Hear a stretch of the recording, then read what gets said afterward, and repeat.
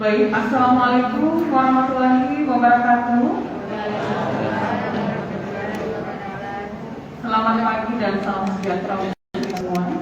Alhamdulillah, kita panjatkan kepada Allah Subhanahu wa Ta'ala karena pada hari ini, Selasa 25 Mei 2021, kita masih diberikan kesehatan untuk hadir di tempat ini dalam rangka mengikuti acara bicara seputar kesehatan yang akan dibawakan oleh Bapak Dr. Halid Saleh, SPPD Lokasi Dinas Menkes, tentang mengenal lebih dekat penyakit jantung corona. Baik, untuk itu kepada beliau silakan. Terima kasih. Bismillahirrahmanirrahim. Assalamualaikum warahmatullahi wabarakatuh. Pada pagi hari ini kita akan melanjutkan edukasi yang kita lakukan. Edukasi ini memang sudah pernah kita lakukan, tetapi ini sebetulnya penjelasan secara umum. Nantinya ada edukasi berikutnya terkait tindakan intervensi yang dibawakan oleh dokter yang sesuai dengan bidangnya masing-masing. Pagi ini kami akan berbicara tentang mengenal lebih dekat penyakit jantung koroner secara umum. Kalau kita lihat bahwa dari segi anatomi, bahwa jantung kita itu terletak di rongga dada di sebelah kiri. Ya, dan ukurannya itu satu genggaman. Jadi kalau kita genggaman kita punya tangan, kalau letakkan di dada sebelah kiri, sebesar begitu kita punya jantung masing-masing. Dan fungsinya ini adalah memompa jantung. Jadi ini bisa kita lihat bagaimana sebetulnya masing-masing kita punya jantung, besarnya jantung kita. Dan ini fungsinya adalah yaitu memompa darah dan mengatur sirkulasi darah di seluruh tubuh. Darah mengatur oksigen dan bahan metabolisme lain yang dibutuhkan untuk aktivitas seseorang. Kita tahu bahwa jantung itu terdiri dari otot-otot yang sangat kuat dan dia menerima makanan serta oksigen dari pembuluh darah koroner yang mengalir. Oleh sebab itu, penyakit jantung koroner ini merupakan penyakit di mana jantung tidak dapat berfungsi karena otot jantung rusak akibat kekurangan pasokan oksigen. Jadi nanti kita lihat bahwa adanya sumbatan yang terjadi di pembuluh darah di jantung, baik secara parsial maupun secara total. Kalau dia secara total maka itu akan terjadi serangan jantung. Oleh sebab itu, secara definisi penyakit jantung koroner ini adalah penyumbatan aliran darah koroner, baik secara parsial atau sebagian, maupun secara total seluruhnya dari satu atau lebih pembuluh darah koroner sehingga menyebabkan aliran darah koroner itu menurun. Jadi oleh sebab itu memang keluhan-keluhan yang paling sering kita temukan pada pasien-pasien yang menderita penyakit jantung koroner itu adalah nyeri dada. Nah, jadi kalau kita lihat di sini memperlihatkan bahwa pembentukan dan pertumbuhan plak di lapisan di pembuluh darah. Kalau kita lihat di sini terjadi penyempitan. Nah, inilah yang biasa menyebabkan nyeri dada pada pasien-pasien yang mengalami kondisi seperti ini. Ya, ini kita lihat perkembangannya. Dia ada norma pembuluh darah makin kesini ke kanan itu makin berat dia punya penyakit jantung koronernya ya, kita nggak dilakukan koroner. Kalau kita lihat kalau di sini terjadi sumbatan total, maka daerah paling jauh ini akan mengalami nekrosis. Oleh sebab itu memang perlu ada usaha-usaha yang cepat yang kita lakukan untuk mengatasi. Ya, jadi kalau kita lihat aterosklerosis salah satu hal yang terkait dengan penyakit jantung koroner. Atero itu adalah lemak, sklerosis ada pengerasan penebalan. Jadi proses aterosklerosis dimulai dari metabolisme lipid atau lemak dan terpaparnya dengan berbagai faktor risiko, terutama bila superimpos dengan gangguan daripada genetik. Ini kita lihat data, jadi memang betul bahwa penyakit jantung koroner ini adalah menyebabkan nomor 1, ya, pembunuh nomor 1 di Indonesia termasuk juga di dunia. Kalau kita lihat serangan jantung ini adalah plak trombos yang ada. Kalau ini terjadi sumbatan total maka terjadi serangan jantung. Keluarnya yang biasanya nyeri dada yang biasanya disebut keluhan-keluhan lain, terutama adanya sesak napas. Ini kita lihat gejala-gejala yang saya katakan tadi, ada nyeri dada, ada nyeri yang menyebab, ya, ada kadang-kadang pusing, berkeringat, mual-mual. Ini semua gejala-gejala yang bisa terjadi pada pasien-pasien yang mengalami serangan jantung. Ini kita lihat. Kalau terjadi serangan jantung, ini adalah penyebaran daripada nyeri daripada pasien-pasien tersebut. Kadang-kadang ada yang tidak khas, nyerinya itu tidak seperti begini. Ya. kadang-kadang ada seperti masuk Ini angin, kita bergabung. ini juga bisa terjadi pada orang-orang yang mengalami jantung. Oleh sebab itu di dalam diagnosis penyakit jantung dari WHO 2 dari 3 ini sudah bisa kita mintakan jantung. Jadi ada keluhan dari dada, ada kelainan rekaman jantung, dan ada terkait dengan peningkatan daripada enzim jantung. Ini yang sudah kita juga dari sudah kita mintakan jantung. Ini kita lihat faktor risiko. Ya, ada yang bisa dicegah, ada yang tidak bisa dicegah. Terutama sebetulnya yang tidak bisa dicegah yang perlu kita tahu itu adalah umur pada laki-laki di atas 45 tahun, wanita di atas 55 tahun atau sudah menopause. Kemudian ada jenis kelamin dan faktor riwayat keluarga. Inilah faktor-faktor yang mempengaruhi daripada faktor risiko yang sedangkan yang bisa dicegah ini bersama kita lihat dari segi ada merokok, kegemukan, hipertensi. Ini semua bisa kita cegah dari ini kalau kita lihat ya, ini kasus-kasus terkait dengan faktor risiko pada penyakit jantung koroner. Kalau kita lihat penyakit tekanan darah yang ada, ini beberapa kalau kita perhatikan, ya kita mengharapkan tekanan darah kita yang normal, tapi di poliklinik kita kadang-kadang yang tinggi juga. Jadi di samping ada penyakit jantung, ada juga yang menyertai tekanan darah. Begitu pula kolesterol, ya di samping juga ada jantung, ada juga kadar kolesterolnya. LDL dan triglycerida itu tinggi. Ini yang terjadi. Kemudian kalau kita lihat LDL ini kolesterol ini LDL adalah kolesterol yang jahat. Inilah yang melekat pada permukaan arteri dan menyebabkan penumpukan plak dan penyempitan dari arteri. Ini yang terkait dengan LDL. Sedangkan gula darah yang kita harapkan ini gula darah. Ya. Jadi di polik kita di samping memang ada tekanan darah tinggi, ada pasien yang ada jantungnya, ada tekanan darahnya, ada gulanya, macam-macam yang ada yang bisa terjadi di sini. Nah, kita mengharapkan tekanan darah itu di bawah target kita di bawah 190, sedangkan kadar lipidnya yang sudah ada kita lihat. Nah, kita mengharapkan bahwa total kolesterol di bawah 190 dan LDL-nya di bawah 100. Ya. Kemudian gula darah puas juga, gula darah kita lihat. Kita mengharapkan juga ada target yang kita lakukan. Oleh sebab itu bahwa memang perlu ada screening terkait dengan masalah. Seringkali kita mendapatkan orang-orang yang mengalami penyakit jantung atau sering kena serangan jantung itu gula darahnya juga tinggi. Pencegahan kita adalah pola hidup yang benar, kontrol tekanan darah, kontrol kencing manis. Kita tahu bahwa orang yang menderita kencing manis itu tidak ada istilah sembuh, yang ada gula darah terkontrol. Orang yang menderita hipertensi yang ada tekanan darahnya terkontrol. Ya. Kemudian deteksi ini kita lihat ada beberapa pemeriksaan yang bisa kita lakukan di rumah sakit kita. Kenali gejala penyakit jantung, periksa faktor risiko, periksa EKG, lakukan PRP. Ini yang perlu bisa kita lakukan untuk deteksi daripada PJK ini. Meskipun juga ada pemeriksaan berunjang tadi terapi bisa kita lakukan. Kemudian diagnosis pasti bisa kita lakukan di sistem, jadi MSCT, terutama sekali kateterisasi jantung. Dan itu juga bisa kita lakukan di sini. Nanti minggu depan kita akan berbahas tentang kateterisasi jantung dan operasi jantung, nanti dibawakan oleh dokter yang terkait. Oleh sebab itu penanganannya adalah di samping dengan obat-obat yang sekarang ini yang biasa kita dapatkan, inilah tindakan intervensi. Dua tindakan ini nantinya yang kita akan bawakan berikutnya supaya bisa dimengerti, karena ada saja pasien yang sudah ada indikasi untuk tindakan ini, tetapi oleh karena ada keraguan sehingga ini tidak dilakukan. Oleh sebab itu kita mengharapkan nanti edukasi yang ini nantinya akan kita lihat terkait dengan masalah ini. Di dalam tindakan kateterisasi jantung ada yang namanya pemasangan balon. Jadi biasanya sebelum dipasangkan sistem, dipasangkan balon dulu dilakukan, dibuka itu pembuluh darah yang bersumbat. Dan biasanya kalau ini tidak berlaku akan dilakukan pemasangan stem. Jadi ada stem yang dipasangkan di sini seperti modelnya. Jadi kalau kita lihat ini pasang ini stemnya dipasang, nanti akan terbuka, ya. Akan terbuat nilai yang akan terpasang sehingga menyebabkan aliran darah itu tambah lancar. Ya. Jadi oleh sebab itu kita mengharapkan bahwa tentu saja apa tindakan-tindakan yang dilakukan oleh dokter itu berdasarkan indikasi yang ada. Tidak juga bahwa semua pasien itu dilakukan tindakan ini. Memang ada indikasi yang ada yang dilakukan. Ini kita lihat proses yang terjadi di mana ada plak, ada sumbatan di sini. Inilah nanti yang akan dilakukan pemasangan stent di sini. Ya, ini coba kita perhatikan ini proses aliran darah berjalan tidak begitu lancar. Inilah yang biasa menyebabkan menjadi dada pasien mengalami PCD. Ya. Jadi ini kita lihat.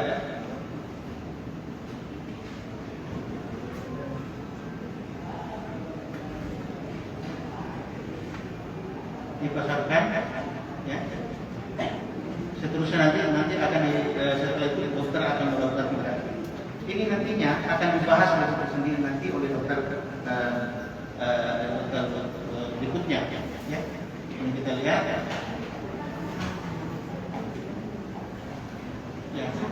Ini nanti kita akan ini setelah dimasukkan ke balon dimasukkan, ya. Ya, dikembangkan dulu. Kalau misalnya itu kembali lagi, maka di sana dipasangkan sistem, ya. Ya. Jadi kalau tidak terbuka lagi, maka dipasangkan. Ya, ini kita lihat, ini akan dipasangkan. Jadi aliran darah masih belum begitu. Jadi ini model stem yang akan dipasangkan. Seperti kayak gorong-gorong itu dimasukkan di dalam darah yang kecil. Kemudian dikembangkan, ya. Ini kita lihat, inilah yang dipasangkan sehingga aliran darah lancar, sehingga pasien keluhan seperti nyeri dada itu berkurang.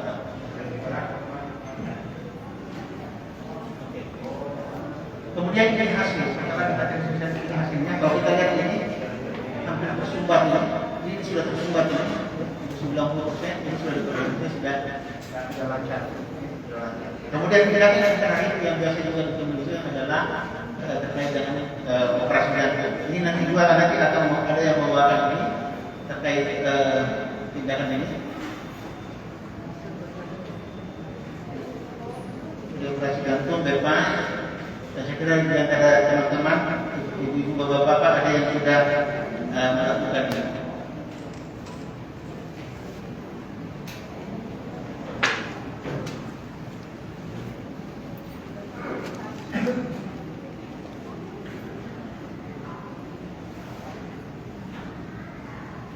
Ya.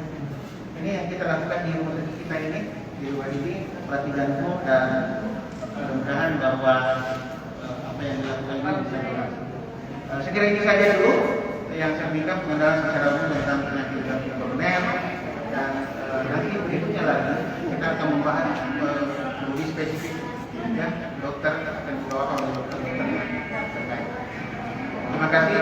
Saya ini Assalamualaikum warahmatullahi wabarakatuh. Oke, baik, terima kasih dok untuk materinya yang disampaikan hari ini sangat luar biasa bagaimana kita mengenal lebih dekat tentang penyakit jantung koroner.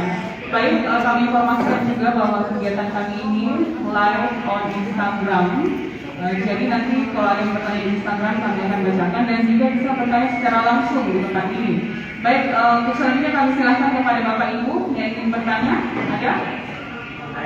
Oke, ada banyak pertanyaan dong. Bapak yang pakai topi hitam dulu ya.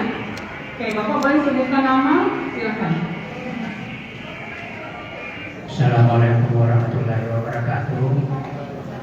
Saya nama Supardi, pasien dari Sulawesi Tengah. Apa yang dijelaskan tadi dokter di atas persis apa yang saya alami, yaitu jantung koroner. Terjadi kemungkinan terjadi penyumbatan karena sering sakit dada atau nyeri di dada. Oleh sebab itu saya tanyakan, ini saya ditanya kemarin dokter apakah bersedia dipasangkan cincin. Saya bilang kalau memang itu jalan terbaik ya terpaksa kita lakukan. Yang saya mau tanyakan dok, apakah selain pasang cincin itu ada cara lain untuk penyumbatan itu tadi, ada cara lain untuk mengurangi penyumbatan selain pasang cincin? Saya kira untuk sementara itu saja. Terima kasih. Baik, terima kasih Bapak, pertanyaannya menarik sekali. Dok, mau langsung jawab dok? Ya, terima kasih banyak. Jadi tadi Mas Pari tadi sudah berkoordinasi, sudah konsultasi dengan dokter. dan disarankan untuk pasang cincin.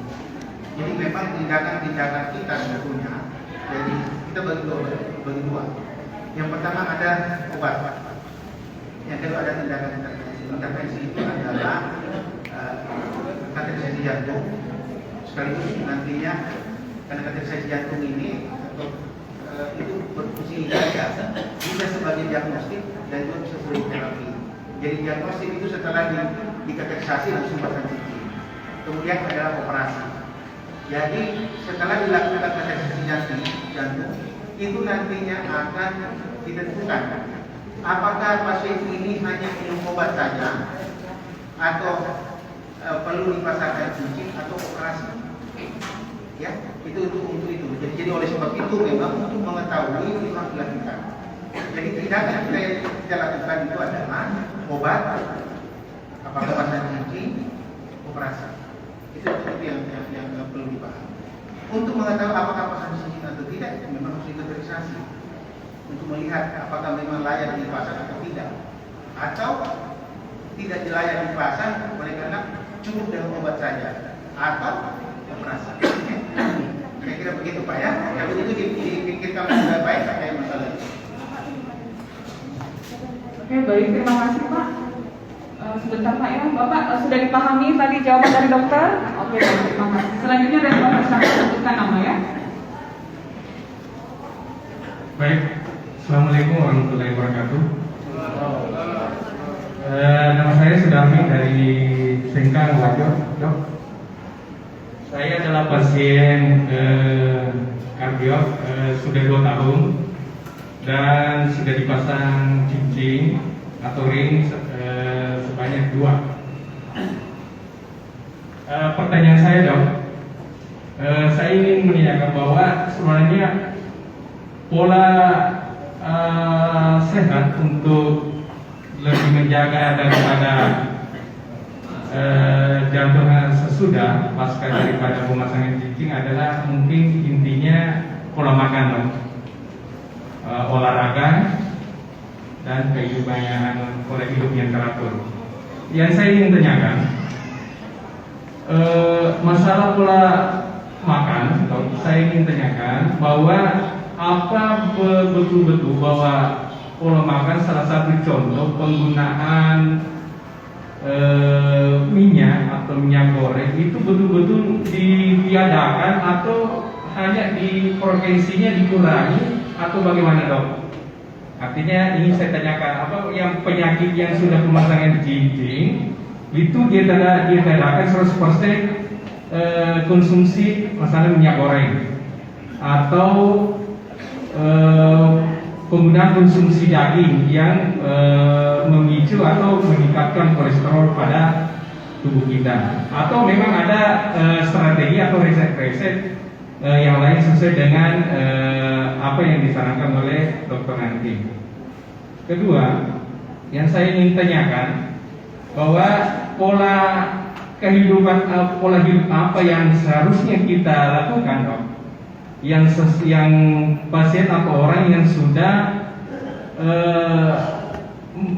memasang atau dipasangi ring atau pemasangan cincin yang harus dilakukan supaya terjaga dan tidak menimbulkan lagi atau tidak dapat lagi sumbatan-sumbatan seperti yang lalu Dok. Ya, itu intinya Dok. Pertama, pola makanan apa, atau memang tidak bisa lagi dikonsumsi atau memang ada porsi yang disarankan. Dan kedua, strategi atau pola apa hidup apa yang bisa dilakukan sehingga tidak muncul lagi sumbatan-sumbatan di pembuluh darah yang sudah melakukan operasi atau pemasangan cincin. Demikian pertanyaan saya Dok. Assalamualaikum warahmatullahi wabarakatuh. Ya, terima kasih banyak. Terima kasih banyak. Ya. Jadi kalau kita lihat bahwa Bapak ini sudah pernah pasang cincin ya 2 tahun yang lalu. Perlu kita ketahui bahwa tentu saja pemasangan cincin ini dokter sudah mengindikasikan bahwa memang perlu pasangan cincin. Karena ada orang setelah dikateterisasi jantung ternyata 3 pembuluh darah yang tersumbat berat-berat lagi sehingga direkomendasikan untuk operasi. Pada prinsipnya, apakah kita sudah pasang cicing atau belum pasang cicing, yang penting sudah didiagnosa penyakit jantung. Ada 3 hal yang perlu diperhatikan.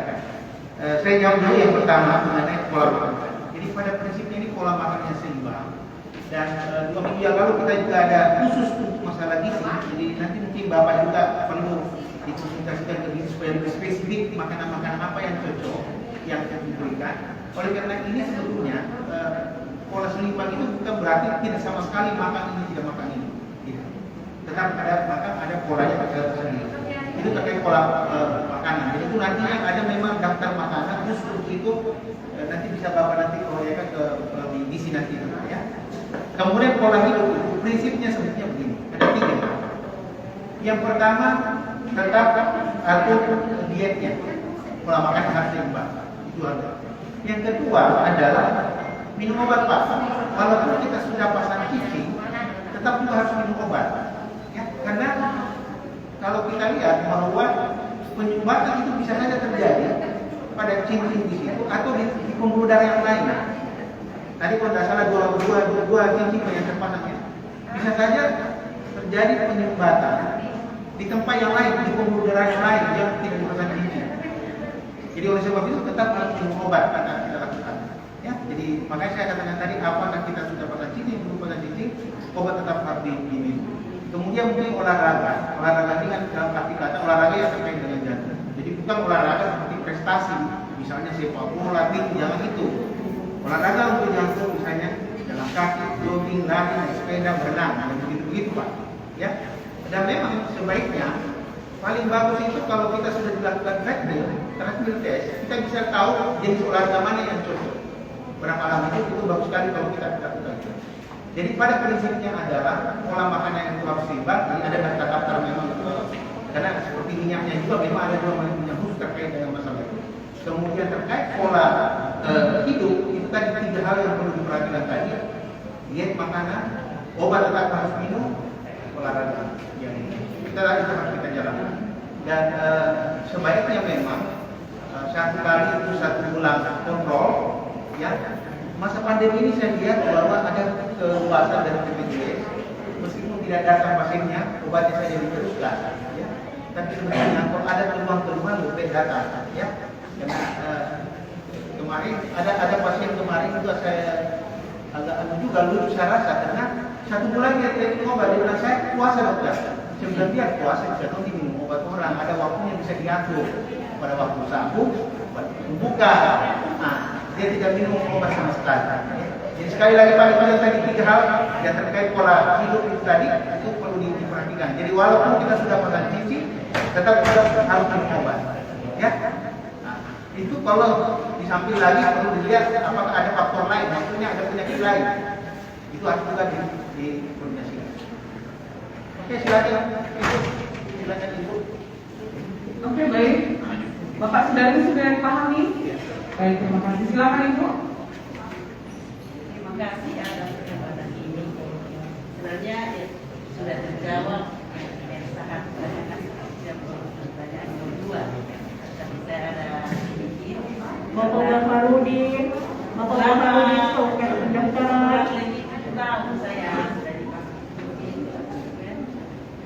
Sudah ketiga Pak, rencana tahap 2. Tapi saya masih dapat ditolong karena ada tim yang saya pasang 3.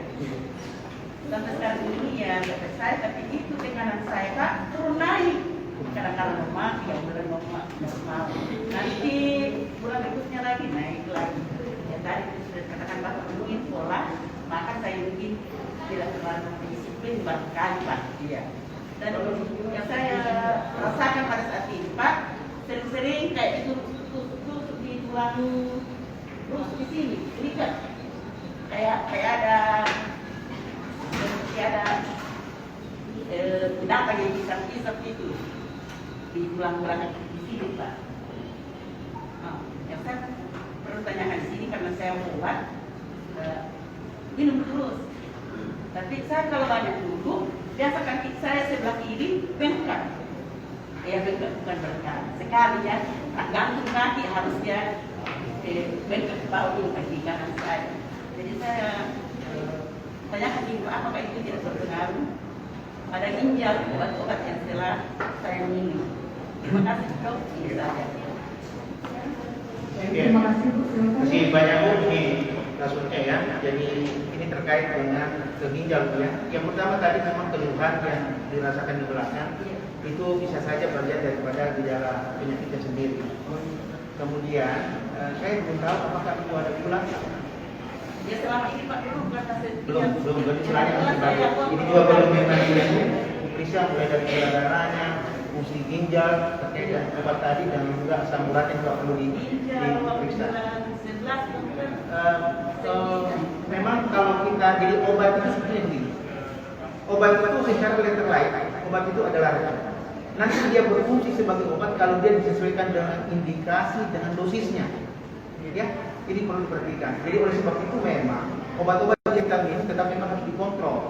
Karena bisa saja berpengaruh pada ginjal, apalagi kalau kita minum sedikit.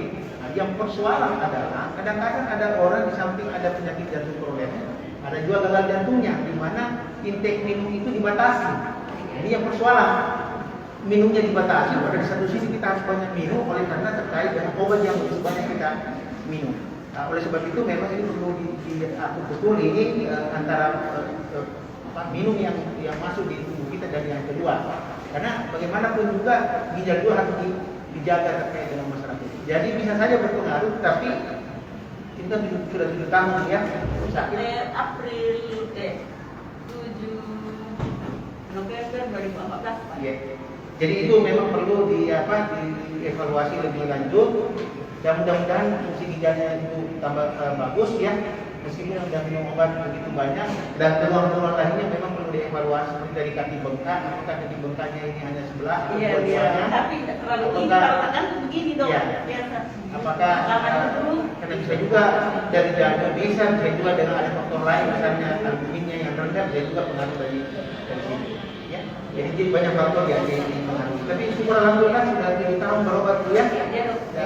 Sudah pasang visi ada 3 Bu ya. 3. Oke Bu, terima kasih sudah dipahami Bu. Terima kasih. Ya sebentar Bapak ya, mau isi dulu. Ini ada pertanyaan dari live Instagram kepada dokter. Sepertinya ini pertanyaan dari salah satu petugas UGD. Jadi pertanyaannya, ada pernah pasien kami masuk UGD yaitu henti jantung serangan tiba-tiba. Terlihat dari ruang muka pasien beringis dan meremas pada area dada. Kemudian pasien baru saja selesai olahraga badminton selama 2 set dan selama 1 tahun belum pernah main. Selesai pasien langsung duduk dan minum air. Selang beberapa detik pasien jatuh tidak sadarkan diri. Jadi pertanyaan dok, mohon penjelasannya dok agar kami bisa memberikan sosialisasi kepada masyarakat yang sedang berolahraga. Ini dari salah satu ya, terima kasih banyak. Jadi minggu lalu memang ada video yang kita putar, pasien yang sementara olahraga tiba-tiba sakit dada dia jatuh, dia mengalami serangan jantung. Oleh sebab itu memang pasien-pasien yang mengalami serangan jantung ini terjadi kardiak arrest memang harus ditangani segera. Saya kira prinsip-prinsip gawat-gawat harus dilakukan ya. Pada saat kita periksa bahwa dia tidak sadar, tidak ada nafas, tidak ada nadi, dia tidak ada respon yang kita lakukan, tentu saja kita harus minta pertolongan, kemudian kita lakukan resusitasi, ya, bantuan hidup dasar kita lakukan harus dilakukan segera. Nah, sesudah itu sambil dilakukan, jadi kalau tenaga medis sudah melakukan, maka itu dilakukan 30/2 dilakukan. Jadi ada ventilasi yang kita lakukan sambil tim akan berjalan terkait itu. Jadi kasus-kasus begini penanganan awal itu penting sekali. Sebab kalau kita lihat di masyarakat di Guinea itu banyak pasien yang begitu, ya mati begitu saja. Kadang-kadang dikerumuni bergoyang-goyang begitu saja. Padahal itu sebenarnya harus sudah dilakukan bantuan hidup dasar, dilakukan pijakan jantung, kompresi daripada jantung yang kita lakukan. Ya, jadi saya kira ini sepertinya kasus jantung ya. Apalagi kalau orang yang mengalami serangan jantung ada yang disebut gangguan irama, ventricular fibrillation. Kalau itu tidak ditangani segera, pasiennya meninggal. Dan itu biasanya kita lakukan tindakan ada namanya defibrillator seperti itu dilakukan oleh tenaga medis yang terlatih. Ya. Oke baik, terima kasih dok. Tadi ada satu penanya. Silakan Bapak sebutkan nama.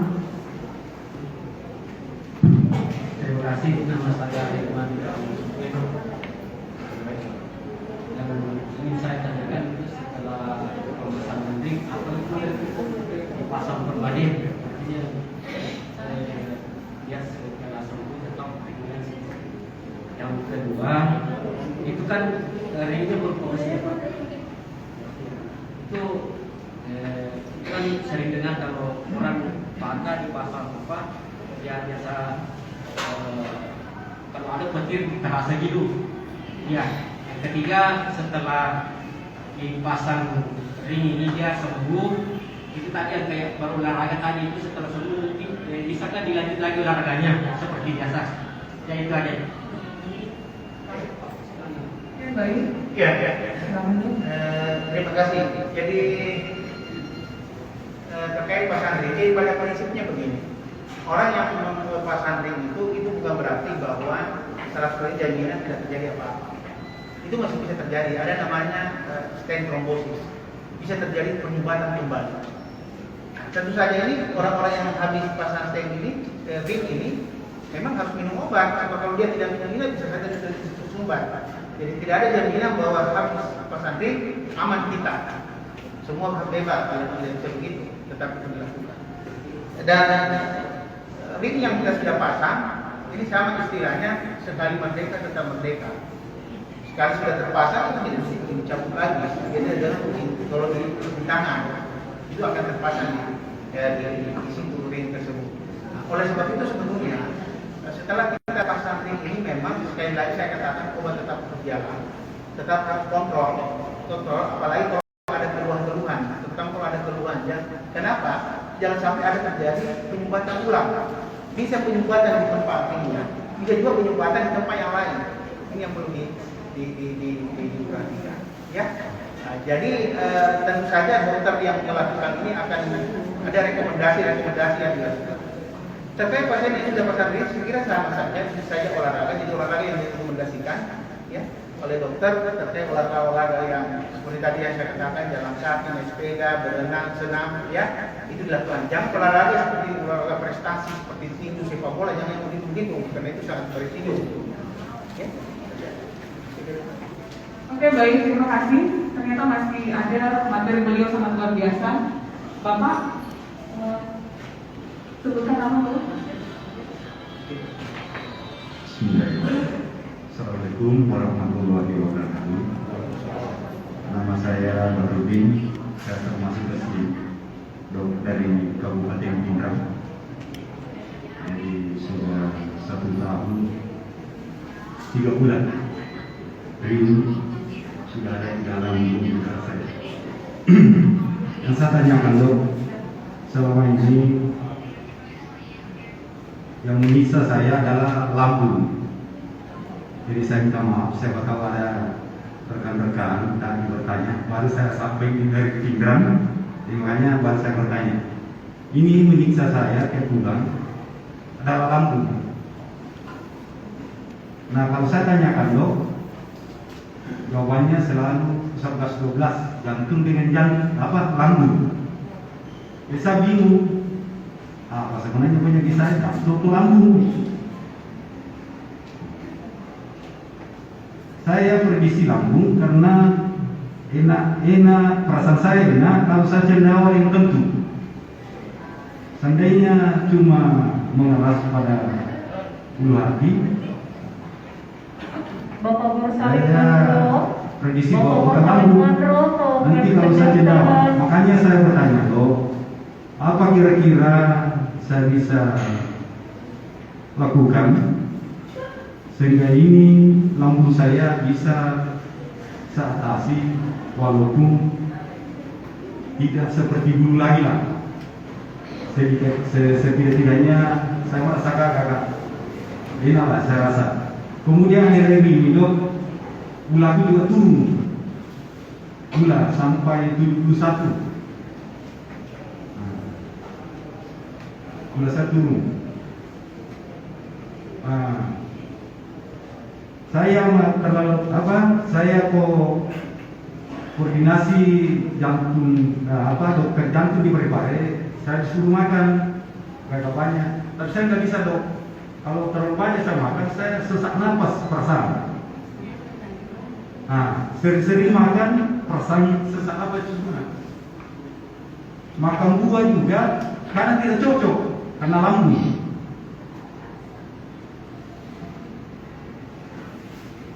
Saya makan apel, lambung. Saya makan pisang, kadang berlambung. Saya makan gula, tambah-tambah lagi. Jadi saya bingung dok, saya minta maaf ini dok, dan saya minta sekali sama dokter mohon diberikan penjelasan kepada saya supaya setidak-tidaknya saya bisa mengurangi rasa-rasa tidak enak perasaan saya ini. Sekian dan terima kasih. Assalamualaikum warahmatullahi wabarakatuh. Ya, terima kasih banyak Pak ya.